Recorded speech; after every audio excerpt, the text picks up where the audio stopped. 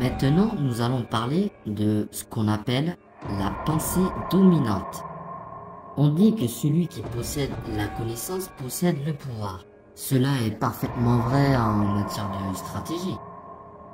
Mais comme je vous l'ai dit précédemment, n'oublions pas qu'au départ, Internet est une arme de guerre née dans les laboratoires de l'armée la plus puissante au monde. Donc,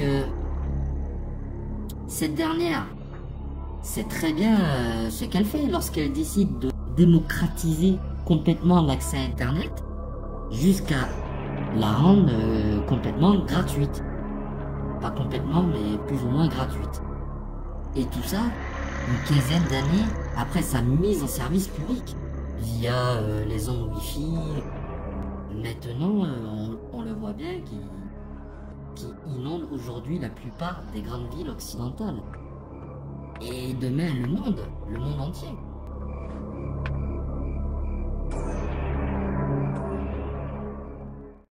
En effet, ce sont les champs électromagnétiques, ces ondes invisibles émises par l'électricité, qui sont pour de nombreux chercheurs, médecins et psychologues cause de troubles neurovégétatifs, de perte du sommeil, d'angoisse, de stress. Les nombreuses études internationales, y compris celles de l'OMS, ont démontré qu'elles seraient même la cause de certains cancers. Alors, que sont ces champs électriques qui, selon l'intensité et les durées d'exposition, peuvent perturber ainsi le fonctionnement de notre organisme ?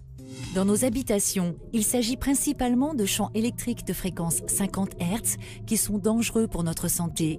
Ils sont générés par les appareils domestiques. Par exemple, une ligne à très haute tension de 400 000 volts rayonne davantage qu'une ligne de moyenne tension à 200 000 volts. Plus on s'éloigne de la source de rayonnement et plus l'intensité du champ électrique diminue. Cette intensité est exprimée en volts par mètre. Pour mieux comprendre, le rayonnement d'une lampe de chevet allumée, c'est 60 volts par mètre à 5 cm et 5 volts par mètre à 70 cm. On considère qu'un champ électrique 50 Hz est polluant à partir de 10 volts par mètre. La norme suédoise TCO 03, dont le but est de sécuriser la santé des personnes, limite les champs électriques 50 Hz, soit la plupart des appareils électriques qui nous entourent, à une valeur de 10 volts par mètre. En France, les normes officielles de la Commission internationale de protection contre les rayonnements non ionisants limitent cette exposition à une valeur 500 fois plus élevée, soit 5000 volts par mètre.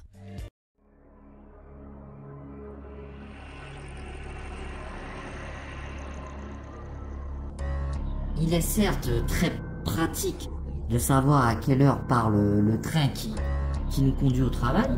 C'est aussi très sympathique de pouvoir entendre gratuitement, entre guillemets, de la propagande musicale.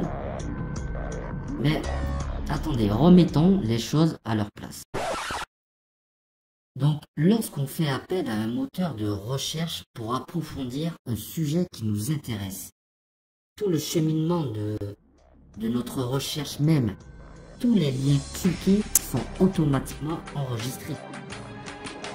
Donc, il faut savoir que toutes ces informations sont envoyées à une gigantesque base de données qui traite, trie, mâche et recrache le tout instantanément sous forme de statistiques. On sait tous très bien que les sites internet les plus visités sont les premiers de la liste sur Google. Mais il en va de même pour tous les liens effectués. C'est-à-dire que la suite la plus fréquente devient la plus proposée.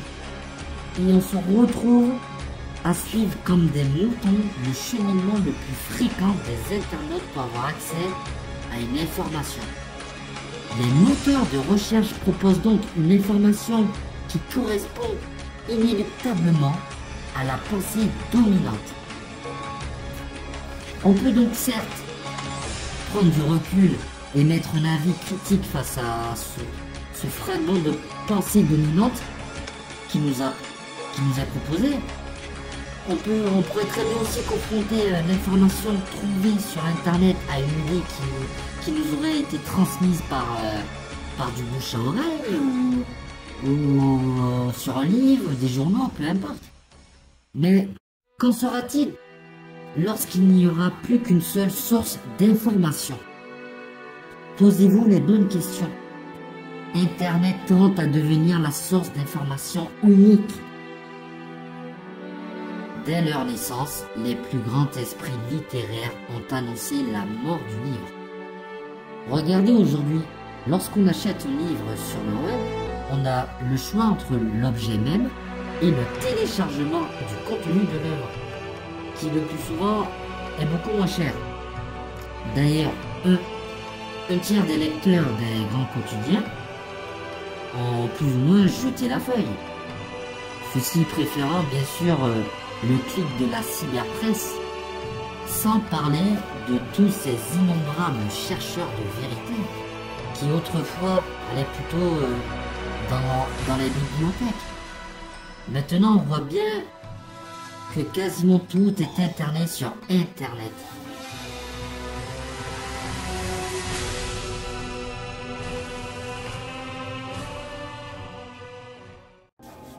Bon, et pour les plus sceptiques, je les vois déjà arriver avec tous ces propos entre guillemets négatifs sur Internet. Et j'imagine bien déjà rétorquer. Ils diront par exemple écoute, moi j'y trouve tout, ou il n'y a pas de censure, je suis libre de mes choix, je fais ce que je veux, personne n'essaie de m'influencer, ou encore ils me diront écoute, au fond il n'y a pas de différence entre Internet et une bonne bibliothèque. Je vous le dis et je vous le redis, Internet tend à devenir la source d'information unique.